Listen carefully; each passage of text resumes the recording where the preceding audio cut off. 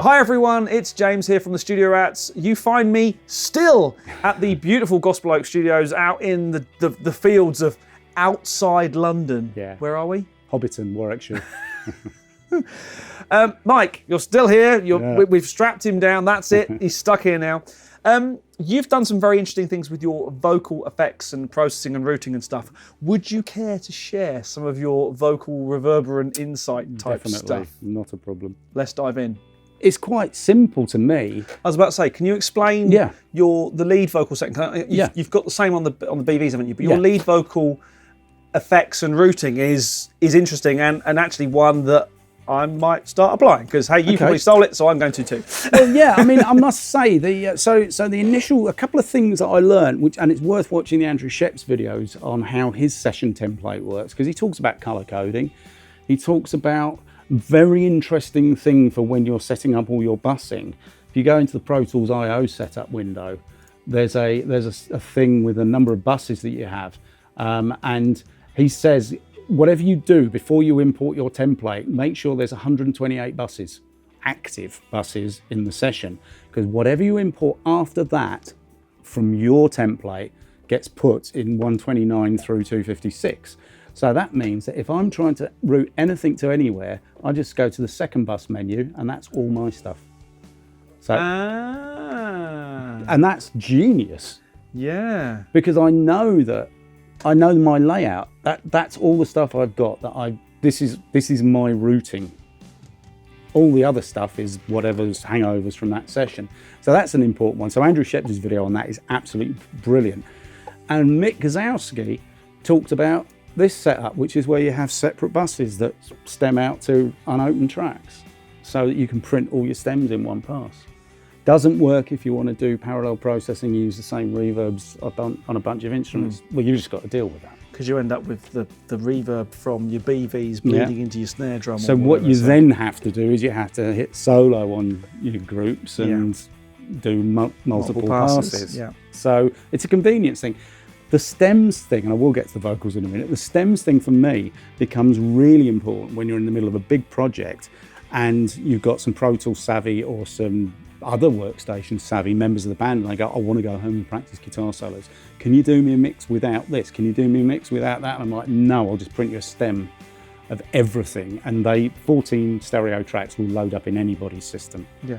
And they can either have that as a saved as Pro Tools session, which I can, just import session data back into mine, or they can just do bar zero stuff and send it back. So it works on so many levels, just having the ability to quickly do a work in progress stems.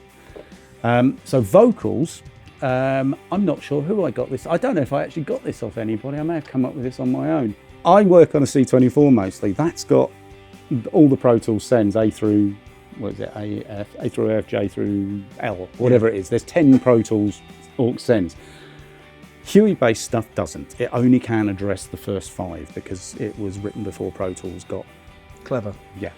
So I thought, well, what's the most useful thing? I do the same thing with most vocals. We're going to possibly want to put some kind of delay on at some point where we might want to put reverb on.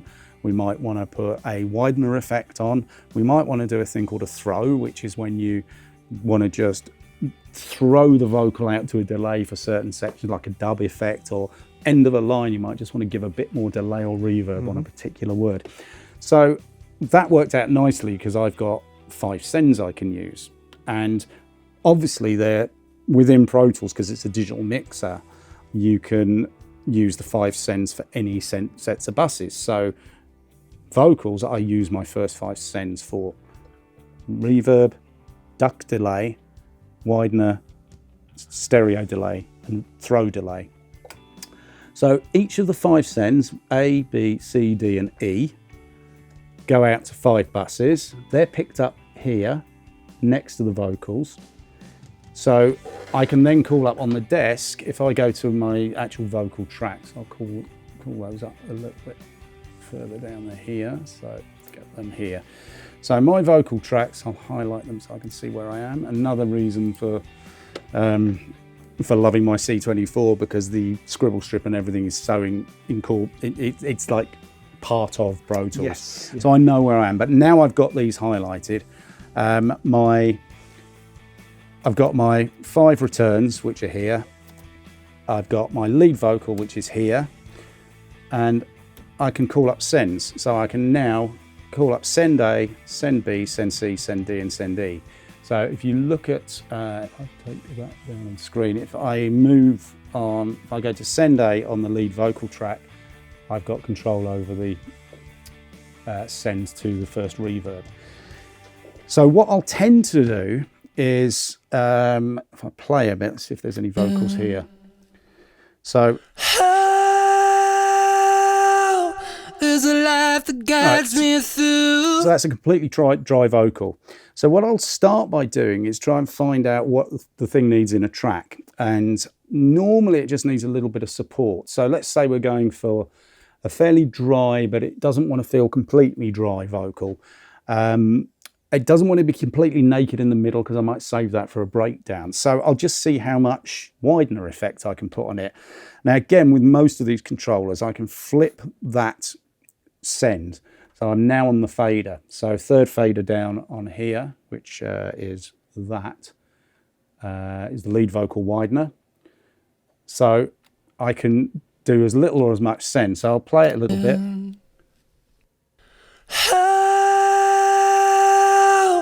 There's a life that guides me through.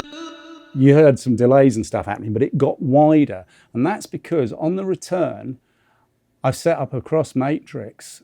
Nothing can bust to itself, but on the return of the widener, so I turn that down, you'll see down here in the middle, I'm getting the signal from the lead vocal.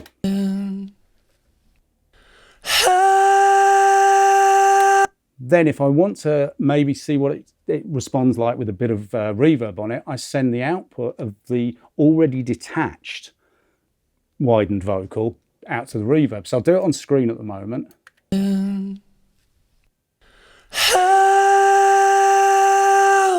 There's a life that guides me through.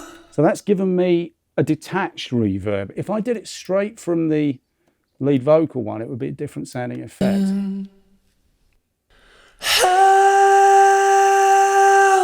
There's a life that... Very different, more dense. It's just something about it that isn't quite what I want. Now, that might be what I want at certain times, but I've now got this thing where I can say, okay, well that's not quite what I want.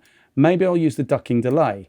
So the duck delay you can easily get by putting a normal digital delay on a return, put a compressor after it, set the compressor's key input or sidechain input to be the same bus as what you're sending from, and it basically, whenever the signal is hitting the delay send, it'll tell the compressor to turn down the return. Luckily, our good friends at McDSP do this beautiful plugin called EC300. Which is lush. It's awesome. And it's got this thing. So I've set it now to read dB gain reduction. You'll see that I can set the threshold and the release time to allow the delay to stay out of the way until the vocal stops.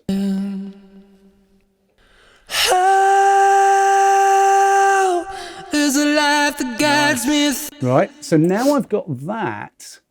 How will that react if I send that into the reverb? So instead of sending the reverb directly from the it was already on it, but if I do the ducking delay and send that into the reverb, I'll exaggerate. There's a life that... It's different. Yeah, it's different. It's totally different. And then I can take the output of the reverb and put it into my stereo delay.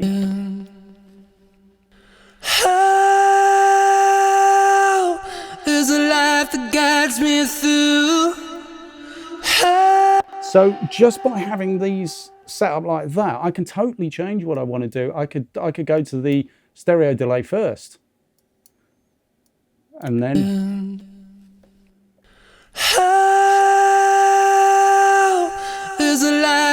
and send the stereo delay output into the reverb. There's loads of ways that you can sit there and craft different atmospheres. And I've done that on screen. I wouldn't normally be looking at the screen. I'd be sat here in flip mode going, Right, that's my reverb coming back. So here's my five returns on there, which again, it's a little bit easier on my own system, but just for my orientation on here, I can see that none of these are sending to anything at the moment. Well, not now.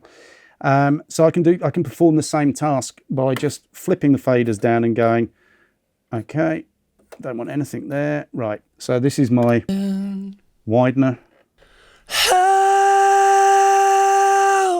And I know A, B, C, D, E are my 5 effects, so I'm going to go, right, I'm going to send the output of my widener to my delay. So I just go like that.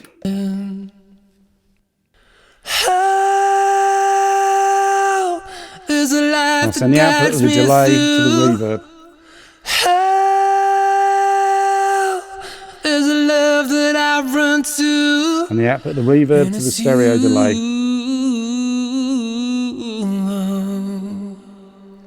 So I haven't had to look at the screen. I'm listening to what I want it to sound like.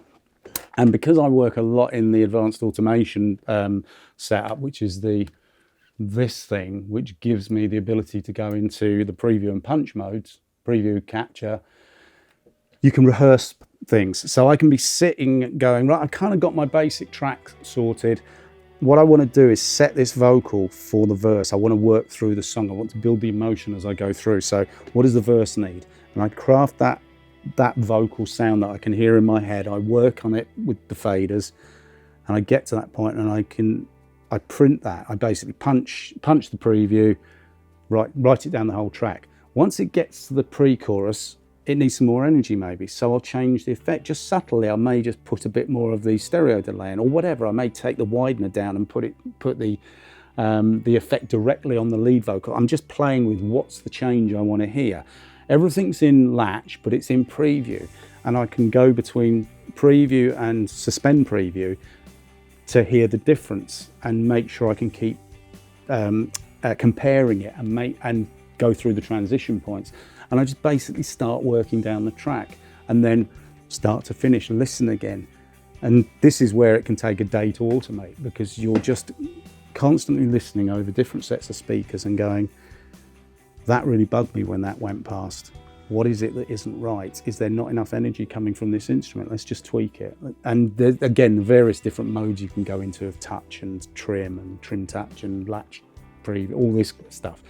So it's about learning the way the system works and then just getting in there and being really active with it. And I think it makes a much, much more dynamic sounding mix, because I've done talks at colleges where I've given the guitar solo to a student and said, stick a delay on the end of every note that you feel appropriate.